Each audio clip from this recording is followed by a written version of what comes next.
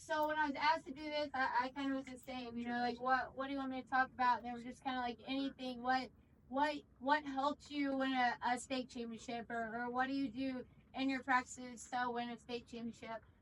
So it's kind of a smorgasbord. I'm gonna kind of talk about it all from pitching, hitting, fielding, practice plans, you name it, kind of what we do. We're going to talk about our year from start to finish.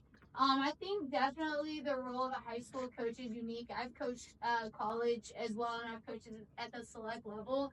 I think the biggest difference in high school is you have a lot in a short amount of time, right? So you are their mentor. You are helping them get better. You are helping their fundamentals, and you're trying to do it with a lot of different styles, philosophies, and make one big unit. Whereas the travel coaches, it's more of individual, right? So they're trying to get their kids recruited. They're trying to it's an individual within a team in the travel world. And so I think definitely our job is very, very important. And I think the biggest thing is making sure that you guys understand, or we understand, that what our players' strengths and weaknesses are. And like he said earlier, you might have an all-state shortstop who's going to play at a Division I school with a second baseman who only plays January to May. And how do we make them mesh? And how do you make this D1 athlete better? And how do you make this kid play to the best of their ability as well? Um, I think everybody's gonna move at their own pace, but I think what we fall into the trap of is we we don't push our lower kids enough to the highest kids. All my kids do the same. So even if I give lessons or I have 12U kids or 13U kids, they're gonna do what my daughter, she's committed to the University of Texas. She's going to play there next year. They're gonna do what she does, right? So if you allow, if you think, oh, that lower level kid can't do this, they can't. They can't. It just takes a lot of patience on your part, right? Like if you have that shortstop playing with the second baseman who doesn't play and they're going through drill work, it's not going to look the same. It's not. But if you can celebrate the little details that maybe you're working on a throw on the run, we're working left right, and she gets the right foot down quick, you celebrate that. Even if she made a bad throw, even if she tried to come over the top, it's the celebrating every little thing. And lastly, I think the biggest thing in high school coaches, and I'm gonna go over kind of what I do, is the fundamentals. And I think that is in anything. If and the fundamentals are crucial, right? Like it doesn't matter if you can hit a relay, if you can know your first and thirds. It's can you throw, can you catch, and can you hit? Right? I mean, that's it. Can you throw, can you catch, and can you hit? Um, if you look at the screen right here, and on this PowerPoint too, I will share it with any of you guys. So if you just like email me, or if they have a list maybe of all the emails, I can share this PowerPoint with you as well. So if I'm looking at my player development and I'm ranking, okay, what do I do the most to what do I do the least throughout the year? The biggest thing for me is my core fundamentals are first. So this is where every player has to have a growth mindset. They're tough. They know how to work through a plan. They know what a plan is. Second is going to be the basic mechanics. We do this every day. Every single day is some type of basic mechanic. We throw, catch, field. We are very, very good at throwing, catching, and fielding. We won the state tournament. When we played in the state tournament, we played 2 games. We played Lake Belton, and then we played Harlingen South. We did not commit one error. We threw, we catch. We made routine plays. We made every throw, and we hit the ball pretty good, right? So it's definitely the basics. When I mean, just like I'll take my daughter for example. So ever since she was like 12, that's all we've thrown, we've catched, It's all been the basic. Is my footwork right? Am I getting around the ball? Do I have flow on defense? Am I catching the ball out in front? Everything is about the details. It doesn't, everything else will fall. The wins will come if you have the basic mechanics. Next, I feel like we stress the position specific skills. So this is where we're really going to work our pro steps for the outfield, our double play feats for the infield, our on the run, more specific position stuff, and we'll do this in season as well. The fourth thing is the pitch recognition and pitch plan, which I think is definitely pretty important. We talk a lot about knowing the pitcher's strengths and weaknesses, and whatever their strength is, we're gonna take it away, right? And this is really hard to get a lot of kids to buy in, especially in pressure situations, or you're in the fourth round of the playoffs, and you're asking these kids to take a foot off the plate because you know that other pitcher's best pitch, where she gets her outs, is a screwball or a rise ball up in it. We're not going to stand in our same spot if we know and we've watched film that her best pitch that she gets outs on is an inside pitch. We're not standing on the plate. I don't care if you like the play. I don't care. That's her best pitch. That's where she gets her outs. We've watched a lot of film. We know where she gets her outs, so we're not going to give it to her, right? We're going to make her beat us on the outer half of the plate where she gets hit. That's where she gets hit. We've seen it, so now we're going to have a plan to back off. And then if it doesn't work, now we adjust because we're all adaptable, right? We're adaptable in those situations. And so if it doesn't work, and man, we've watched her play 4 games on film and never seen her hit an outside curveball, and now she is. Now we adjust a little bit in game, right? But just making sure that they can buy into that and they understand that. And also on the pitch recognition, which I'll kind of talk about a little bit too, is if we have a plan, let's say we know that the kid has a good rise ball, so our plan is to attack low, right? Every pitch in your mind is now going to be low. If you tell yourself, and this is what we tell our kids, if we tell ourselves, attack the low, attack the low, attack the low, and you're thinking, oh, she's going to throw this first pitch rise ball, she's going to throw rise, you're always going to guess wrong. Like, anybody is going to guess wrong. If I think she's going to throw a fastball, guess what? Now she's coming with a changeup. If you are up there guessing, the kids are going to guess wrong. So I always tell my kids, if our mentality is we're attacking the low pitch, I don't care what pitch it is, we're attacking low. And if we get out, it better be swinging at the low. So every pitch, first pitch, attack low, attack low, attack low. Oh, no, it's high. I can lay off. Next pitch, attack low, attack. Every pitch is going to be that pitch you are looking for until it's not. And then the last thing, we work on them. We work on first and thirds. We work on relays. But we don't spend a lot of time. We do not spend a lot of time on first and thirds. We do not spend a lot of time on relays. We shift. We do a lot of shifts in our games, but we don't spend a lot of time because guess what? We can throw and we can catch. So my shortstop can cut a ball, can throw a ball, knows what the speed of the runner is, so now has an idea of, okay, that runner is going first to home, so now I know where to go. They can throw, my outfield can throw to my shortstop, and my shortstop can throw home. Now we get the out at home, right? First and thirds, throwing and catching. So they know the plan. They know if we're going to cut. They know if we're going to go through. They know if we're going to fake 2, go 3. But it's throwing and catching, right? So we work those in practice, but we don't spend a ton of time on it because my kids can throw and catch. Talking about, this is just going to talk about how we approach our season. So we kind of run an off season, we run a preseason, and then we have a postseason. Our off season is made of nothing but the fundamentals. This is our golden opportunity to develop.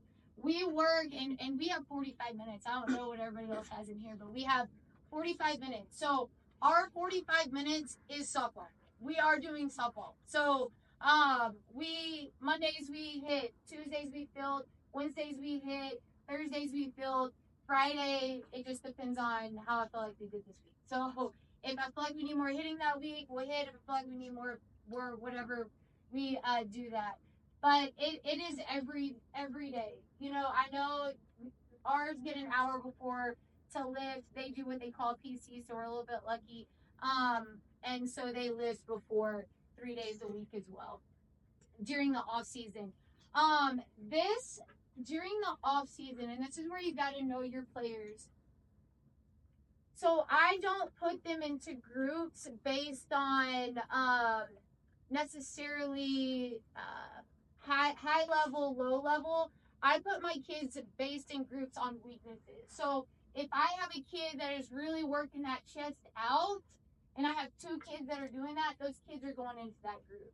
Because now I tailor their drills, which we only get 45 minutes. So I don't want that kid doing a drill that doesn't help them get better, right? So I try to, it's a little bit more work in the beginning for you guys, but once you start going and they're in the same group, it's easier to kind of say, hey, this is your plan for the day because this is your weakness and we're going to attack it. Guys, this is your plan for today. And that's what we're going to do. So that's how I work that. I put mine into what are their weaknesses, what do we have to work on, and those smaller groups are going to go together in the off season. And this is nothing but the fundamentals in the off season. Nothing. Like it is straight the fundamentals. Next we go to preseason, and that runs from January to the end of district. And this is where we add in the position specific drills. So we'll add in our pro steps, our double plays, practice situations. The drills are going to become more pressure. So now what's going to happen is I do a lot of reps. So we do machines. So I'm lucky. I bought a machine. I've been in Melissa for this is my 4th year. I bought a new machine every year. So I put up 4 machines, and we have 2 fungo hitters, 4 machines, and we're rolling. I mean, we're trying to get 75 reps in per practice in an hour and a half. Because how I set mine up is I hit in the mornings from 6:30 to 7:30, and then I filled in the afternoons. So I found that this really helps me because it breaks the practice up. So when we come in at 6, we are only focused on this. We don't have to worry about, is it 6 o'clock yet? What, it's a specific, this is what we're doing. And then when we come in right after school, we're lucky that our last period is athletics. So it's nothing but defense. We come out, our mindset is defense. We know what we have to do. They have to practice plan, and then we go for an hour after school. So it breaks it up. I feel like this past year, we started doing it, I guess, a year and a half ago, and I felt like the girls really, really like it. We don't have to stay as long after school, and it really breaks it down. But also in the preseason, we do a lot of, on the defensive side, a lot of pressure situations. So we might say, okay, hey, we're going 10 in a row. If you don't get 10 in a row, you stay in. Or Perfect 21. I know everybody's probably heard of Perfect 21, where you go out there, you have to get 21 outs in a row.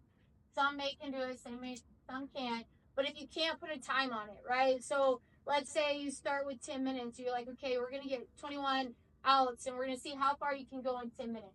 And then I also like to add pressure. So first error they make, they have 1 burpee. We restart back at 0. So now we're at 0. Say we get to the 4th inning, they make error number 2. We're back at 0. Now we have 2 burpees. And then you just go up, and you might cap it at 10, whatever you want to cap it at. And then we also do Perfect 21, where whoever makes an error is out. So if we're hitting, whoever makes that error, they boot it, boom, they're out, next man on. We call it next man on. So then now we go to give somebody else an opportunity who might not get an opportunity a lot. They're going through all their drill work. Next person makes an error, boom, they're out, next man on. Who wants it? So it gives different people an opportunity as well. And the last one's our postseason. they have to be at their peak. They have to have reps. So a lot of times coaches during this time are like, let's go, let's go, let's go. You know, if they don't know it by May, well, it ain't working. We're done. Like, we're not learning that much more, right? So we have to make sure that I give days off. So during my postseason, like I'll give a day off. We take a lot of ice baths. We just make sure that they are. I mean, everybody wants school to be done, right? All of us in here, like it's May. We're almost at summer. They feel the same way. So if we can keep them energized in May, give a day off, shorter practices. I do all of that. I remember when I first started, and I was actually at Forney High School, and we were in the, I don't know, third or fourth round. Well, I was so mean. Like, I was like, every error they made, it was just like, you know, I just thought we had to be perfect. I thought the more we practiced, the better we were, and it was just the opposite. So, I give days off. I give a lot of days off, in the postseason, and just make sure that we have the details right. So I'm gonna kind of go into hitting a little bit, and this is where it gets tricky. As far as like high school, so a lot of people go to their travel coaches. A lot have hitting coaches. A lot have their dads, which know a lot. A lot have a lot of different minds going through their head, right? So I feel like and I feel like this has helped me the most, because when I was younger and just coming out of college, you know, I had the mind. I played college, so I was like, why does not everybody think like me? Why, you know, it was one way or the highway, and now, you know, I'm different. I'm definitely different. I have players who came from 15 years ago, and they're like, who are you? Because I would just make them run, and, you know, I mean, I just thought everybody loved softball like I did. That definitely is not the case, right, in high school. So I think the biggest thing that you can do, and I found the most successful, is I don't try to change them. I'm not going to change them, but I do feel like I can manipulate them, and be like, okay, if my kids can do these certain things, then we're going to be successful, right? Without having to technically change them, right? Because you're gonna get a lot of resistance when you try to change them, and especially if you try to change them and it doesn't work. Now we're getting a lot of resistance, right?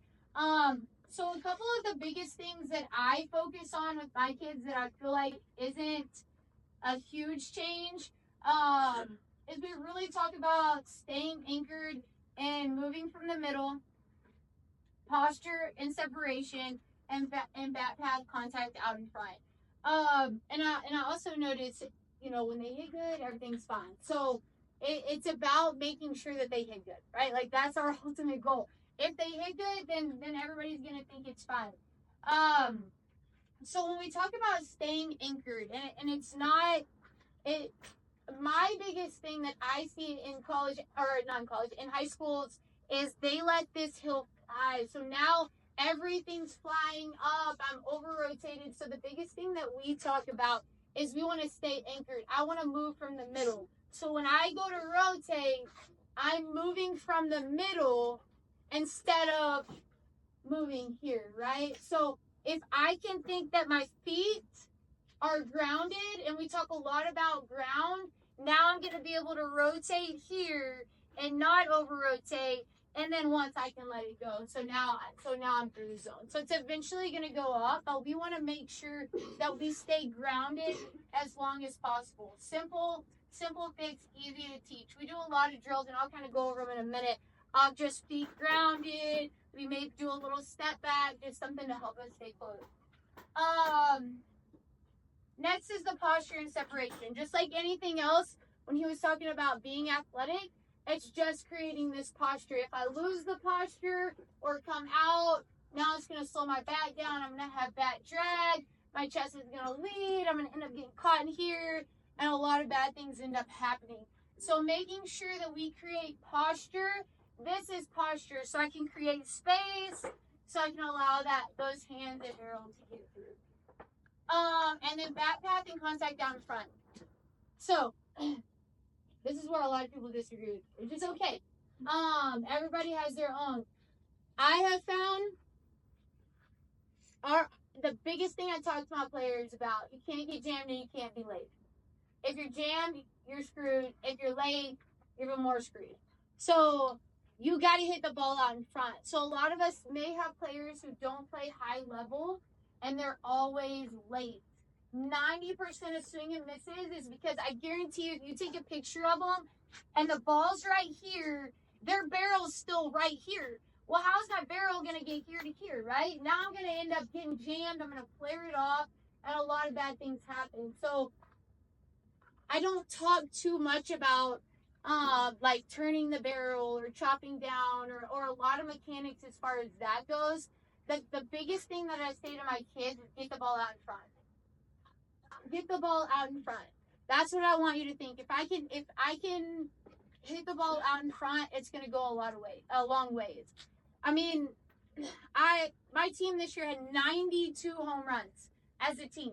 So 92 home runs this year as a team, and I guarantee you, I had one player with 20, one player with 21, another with 20, and then everybody in my lineup hit a home run but one kid. And we go back and we look, every single one are hitting the ball out in front. Not one of them is hitting the ball right here. They're not. I mean, this is out in front. Granted, Coach A is talking about size. I have a 6-foot shortstop, so that helps. Length out in front. I mean, I have a couple of big kids, but it's all about the length out in front. If I can catch the ball out in front, that ball is going to go a long ways.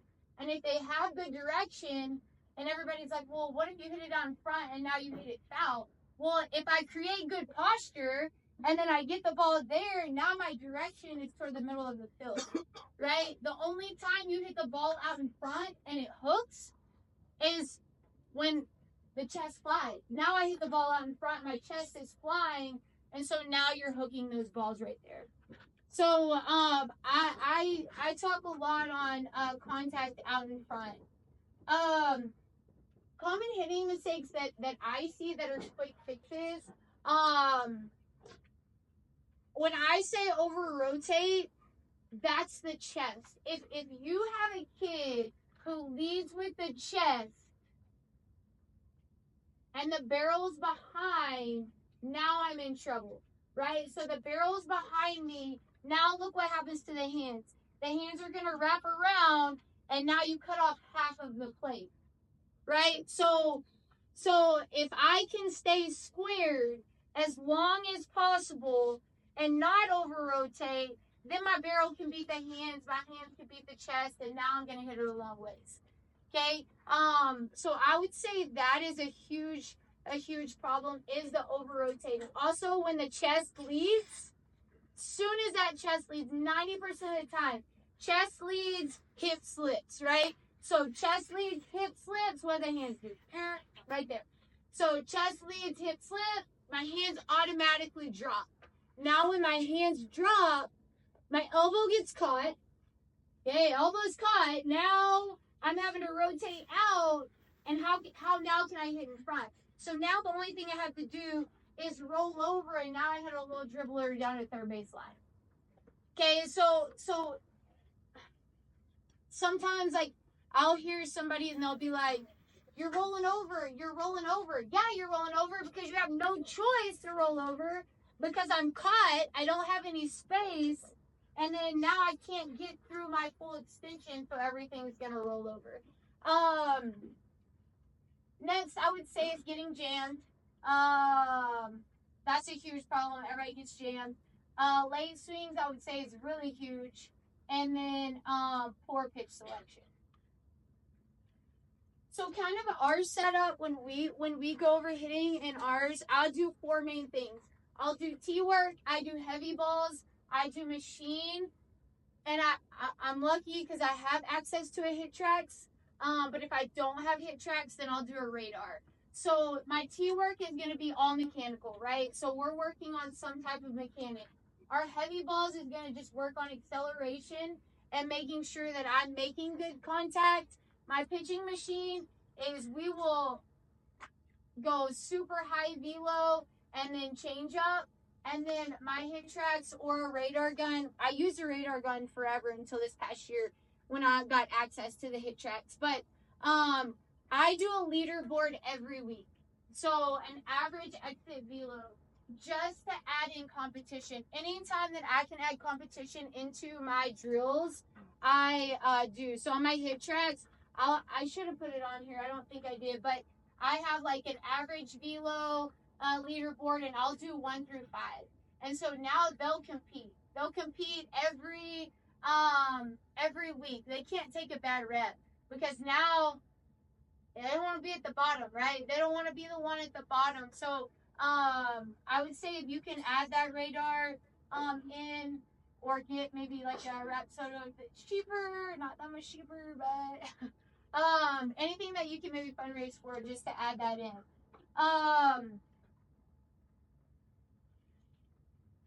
When we do our hitting stations, and we're pretty lucky because we've got 3 cages, 2 machines, and then we have a little area outside. So we set up our station is we'll always have a prep workstation. So this is with med balls, PVCs, driving through water bags. We'll do those in the prep work, and then they'll do posture and separation movements, and then back path. And this is on here too. So if anybody has any questions on these drills, let me know. A couple of drills. I'll go through a couple real quick. So a couple of drills. When we talk about staying grounded, we do knee swings. So we're on our knees. Super simple.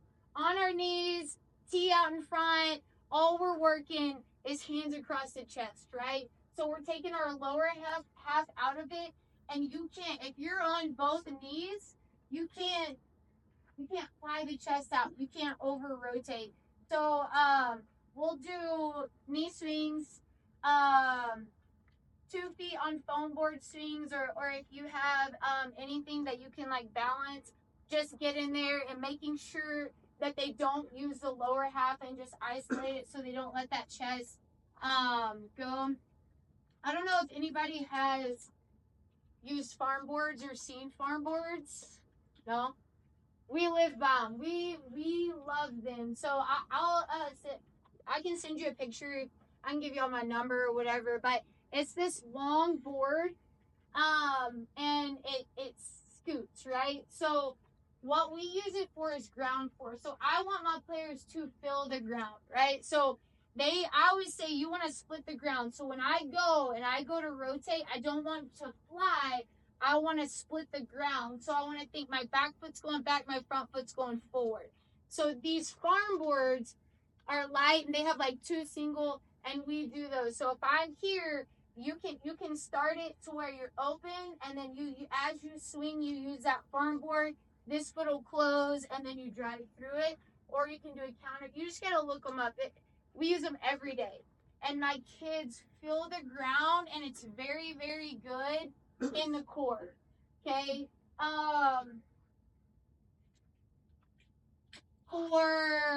Another one that we do for feet grounded, we'll put a band on our feet, and we'll really just focus on pushing out with our feet and just staying as resistant as we can for as long as we can. And you can put them on your knees too. So what happens is they'll put the band, like just one of those stretchy bands, they'll put it on their knees, and what'll happen is they'll fly up, that band will just collapse. You want to tell them, as you go to rotate, that band wants to stay resistant all the way through. We don't want it to collapse. Ball out in front. Anytime you set up the tee too, like you watch kids, they'll get in there and they'll put that tee like right, and they're jamming themselves. I'm like, you're jamming yourself when you're on a tee. Like, how is that possible? Like, get it out. We work a lot out in front. Get it out in front. Get it out in front. Another thing that we work too that I feel like helps and is super easy, and not changing is what we call stick the finish. So as we go to swing, a lot of times what happens is they'll get right here, and then this arm will immediately bend. So their top hand arm will just immediately bend, and then that causes a lot of rollovers. The barrel gets through. So we call stick the finish. So I tell them this arm, once I get to contact, never bend. So when I finish, and this is a drill, when I finish, that is going to be long. So I'm going to finish, boom, long arm. So now I'm not super in tight right there, because we talk a lot about length out in front. If you have, I don't know if anybody's ever used Blast. That's a cheap one too. Blast is a cheap thing that you can put on your knob that you can also like add in competition. I think it's like, I don't know, it's cheap. But it gets your velo, your attack angle. There's a lot of stuff that you could use that Blast for. But when we look at Blast, and we'll do that sometimes, it'll show the actual swing plane of the athletes, and 90% of the time the athlete's swing plane out in front is way shorter. So they'll get here, and then boom, it's right there. So that stick the finish is going to allow them just to get through completely. Here are just some practice plans that we do. If you notice, we'll have like 3 prep works, then we'll go to 3 T stations, we do 3 heavy balls, and then we finish on machine. So, and we can get through all of this in an hour. And that is a lot of work, because everybody's getting a lot of reps. If you don't know, because you're like, and I've coached anywhere. I'm very lucky right now, so I have a lot of good facilities, but I've coached at places where I had none. So if you have questions on like a setup or what to do, I can help you out there as well. Any questions on the hitting part? No? Moving on to fielding. When we talk about fielding, the biggest things that we talk about is the prep step. We talk a lot about the prep step, getting into a good position, our first step move, and making sure that we create flow. If you come to my practice, you will hear me say flow about 50 times. They're like, Crafty, you gotta stop saying flow. I'm like, you don't have any, so I'm gonna keep saying it until you have it. But it's creating flow in girls is extremely difficult. And you would think it wouldn't be, because they do their TikTok dances all the time, but they have no flow. And I think it's our job. The more, if you can just create flow, I think you're gonna cut down on your errors a ton. Because the more flow that you have, the better your throw is gonna be. The less you're gonna pick the wrong hop. And I think it just helps you all the way around, fielding wise. Glove work, we work on that every day, and then our situational awareness. When we talk about advanced fielding techniques, so we're gonna work through everything, right? We're gonna teach the crossover, and this is where I feel like we need to work the most instead of like game strategies. So what does my first step look like? What hop am I picking? Am I taking the right angle back? Am I scraping through a ball? What do I look like? Those to me are the advanced fielding. That's gonna create outs, and we're trying to get to 21 outs, right? So we've got to be as good at those as anything.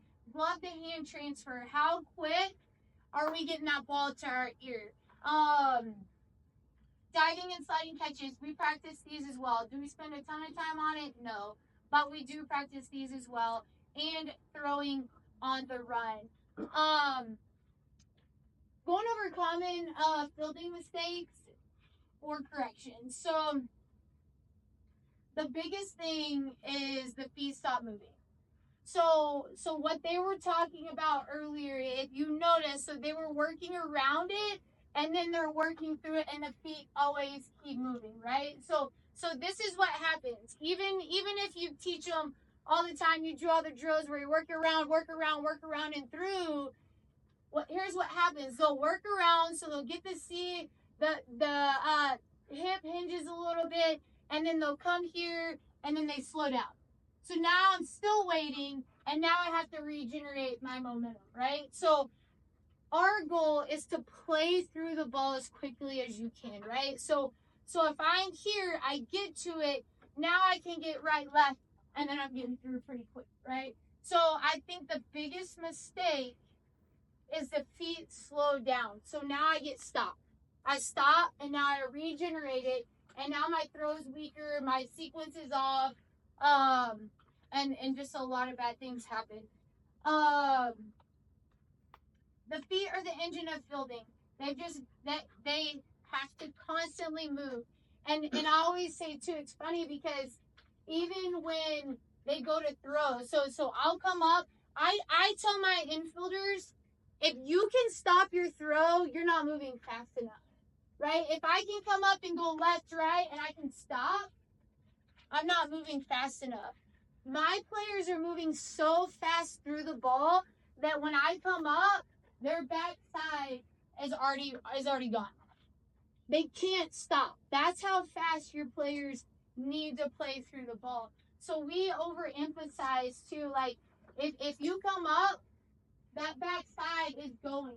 We got to throw 70 across, right? Like that's our goal, is 70 across that diamond, and I'm not going to be able to throw 70 standstill. Okay, so really working through it. Standing up and not playing athletically. They hit on that too. I think that's a huge problem. So this is what I'll laugh too, because I film my kids all the time in practice. They're like, I'm not doing that. So they'll girls, I don't know, they'll run like this. Like their head is straight up and running. And I'm like, we gotta lead with our head, right? So we say a lot of times we want to lead with our head. So we do a lot of drill work, so left and right. So I'm just giving an example off the top of my head of drill work that we do. So if I do a tap, tap, boom, now I lead, I'm thinking lead with my head, right? That's my first step move. I'm looking, are you leading with your head? Are you playing low? Are you playing athletic? Because what happens too is if I'm going for this backhand and I'm up and I'm running up, that's a long ways to dive if I have to dive. And what you have to tell you what's going to happen, they're going to go straight to their knees. They're going to plop. Their feet are going to go flying over their head because they can't dive, right? Like, because they're standing straight up. I want to dive my head. I tell my kids, when I'm pulling the backhand and forehand, I'm diving into the pool. Like, if I'm going to get this backhand, I'm diving in, then I'm coming up. So the head leads, you're thinking dive down and through. Another thing too, that I would say is they pick the wrong hop. So you have 3 different types of hops as a fielder that you're trying to pick. You have the short hops, and we all do probably dailies, right? So where you toss it and it goes into the glove. So that's the short hop. Then we have the long hop, which is the predictable hop. It's gonna hop out there, right? And then we have the in-between hop that's in there every single time. It hits you in the heel, right? It's gonna hit you right here, or you're going to field that backhand and it hits them right here, right? It's because they picked the wrong hop. I tell my infielders, it is your number 1 job to pick the hop on the right hop. We cannot let the ball eat us up. You are playing the ball's not playing you. So our number 1 is to get the short hop. Like that prevents the least amount of errors. If I can get it boom into my glove, I'm not going to have many errors. The second option is the long hop. Okay, now it's predictable. I can that's the one you get kind of in your belly, right? Now I get it in my belly and I can go. And we got to avoid the the medium hop at all costs, because it's going to be an error every time. And that's where our feet come into play. So a lot of times on the backhand, that's where I see the in-between hop the most. So they'll get here, and then we just run straight, right? or we automatically take this back because they want to go make a play in left field that they think that they can jeter all the way to first base. I'm like, you're not going to throw anybody out from left field, right? Like, know your angle. Get there. We've got to get it before it gets to the grass because you're not going to throw them out. I don't care if you're going to the University of wherever, Oklahoma, you're not going to throw anybody out from left field. So I think the feet are going to get you there too. So when I get here, a lot of times that hop, they can see it, right? You know, like you have to train the eyes where it's going to hop. They don't know what to do there with their feet. So if they see it, now all they have to do is take that one little step straight forward, right? So I think that if you can work your footwork, forward, back, wherever, you're just gonna put yourself in a better position, and not be able to create flow on different throws, right? Like you just can't stop. I think the biggest thing too is if you watch your kids and they come in the belly, you know, they want to pull to the belly, but you're pulling through the belly to the ear, right? They can't stop. So a lot of times when I go right, left, they'll pull to the belly, they'll have a little stop as their feet shuffle, and then they go. It's one motion. You're just going through the belly. Like we do all of our drills too, where I pull in or whatever, but it's got to get through. It's got to get through the belly, and now I'm to my ear. So a good transition, and the feet got to keep moving. So just a couple of things that, here's some practice plans that we do too. But a couple of things that we do is we're going to do every practice, especially in the off season, we're going to start with an around, something that causes us to get around and through, right? So we're going to work through the ball. Then we're going to go to a forehand, backhand, some type of plyo drill, something that works on fast feet, right? You can go Google lateral movements and add that to your fielding, right? Like we do a ton of lateral movements into fielding, and also pay attention when they get done. You never want them to just stop. You want them to take like 2 or 3 steps after. Just try to create as much flow as you can. Like say flow over and over and over again until they just know that their feet can never stop. But then we'll do that, and then we'll go straight into like reps, and that's where we put our 4 machines up, and everybody's just taking a ton of reps and just focused on one thing that we have to focus on there. Anything on fielding? 7? Okay. 7. Okay. Since we already did kind of pitching, so she did a fabulous job. I just want to say too, like on the pitching side of it, it's really hard for a lot of high school coaches because it's hard to understand, right? But it's kind of like hitting. If you can focus on like the leg drive, you don't have to be a great pitcher. You didn't have to pitch in college to focus on the leg drive, right? We're trying to get up. We're trying to get out, and there's a lot of drills that go to that. So I want you to look at this. This is one of my pictures, okay? So look how high she is off the ground. So I am going to talk a little bit about managing different styles, right? So that's crazy, right? Like people, we go everywhere and people are like, but this kid wants to play college softball, right? Like this is her number one goal is to play college softball.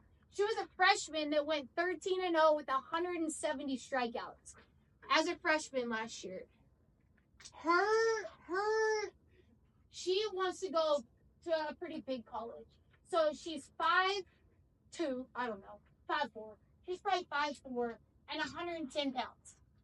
Okay? So she knew her chances of going to play college softball being 100 and whatever pounds was probably very low unless she had velo, right? So her ultimate goal was like, the closer I get to the catcher, the harder I'm gonna throw.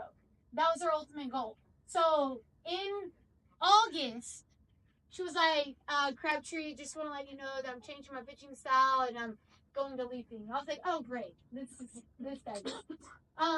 Which I had never really coached her because she just came in. She's a freshman, but I mean, she took it and like I said, she was 13-0. And I mean, teaching her was, you have to be open minded. You have, like at this point, I was just like, all right, girl, like let's see how far we can fly, right? Like that was my ultimate goal. So like for me, I was like, all right, well, what can I do to get you outside of the circle, right? Because we knew the closer that we got to the catcher, the harder we were going to throw, right? And her changeup is absolutely ridiculously good. Okay, so if we knew if she could throw 65 with the changeup she had, that we would be very effective. So we worked a lot of plyo drills, and a lot of sequence stuff with her. But you have to be open minded. I think like you have to know, okay, what are we trying to do? How do I help her? Just be open minded. And into that, I know I have like 4 minutes. I did want to touch on working with the select coaches. I will say, like, I am super involved in every one of my kids select stuff. Like, meaning when they go to a hitting lesson, I know what they worked on. I know I talk to the coaches, I talk to the players. I try to, if we have a hitting lesson or a hitting session, and I'm like, I know that they're going to a lesson that night, I'm like, hey, can you see what your hitting coach thinks about this? Right? It's not forcing it, but the deal is, like, I don't know how it is out here, but when you go to that Metroplex, every single one of my kids is on a high level softball team and goes to an instructor 2 or 3 times, maybe even 4 times a week, depending on what their parents are going to pay. But at the end of the day, I mean, if my kids didn't do that, then they're not going to be good, right? Like, you need them and they need you. Because if you can prepare them for the summer and those guys trust you, then it's super frustrating, I understand. Because I don't agree with half of them. Like, I'm not one that's like, let the ball get deep, let it get deep or whatever. And sometimes the hitting coach is like, well, my coach told me I should hit it right here. I'm like, oh yeah, that's going to be a foul ball. Great. So now we're down 0-1. But, it's frustrating. But I think if everybody, it's manipulating a little bit, right? Like, you gotta make them be better. You gotta talk to them. And the travel ball coaches a lot of times just want to feel appreciated, a little bit. So you can talk to them and just get on the same page. Because if your kids are doing that, you're going to be successful. I know it trust me, I know it stinks, but you need them to play. You need them to play, and you need them to go to lessons, and you need them, I mean, my kid hits 4 or 5 times a week, right? I mean, it wasn't easy, and she fields every day, and it's hard, but in order for them to go big time, or you go big time, then they gotta do it every day. So, try to, and it'll cause you way less stress when they're like, well, my hitting coach said, I mean, we all get that. Oh, it's irritating. I get it. But just talk to them about it. You talk to them, you get on the same page, because they're in it the same way you are. Everybody wants to win. Everybody wants their kid to be great. So, I say just try to get on their side and don't let it ruin your program. So, but thank you very much. Any questions? If you want the PowerPoint, anything like that, you just let me know. And I'll send it to you. I can email it, PDF, or anything. So thank you. one of the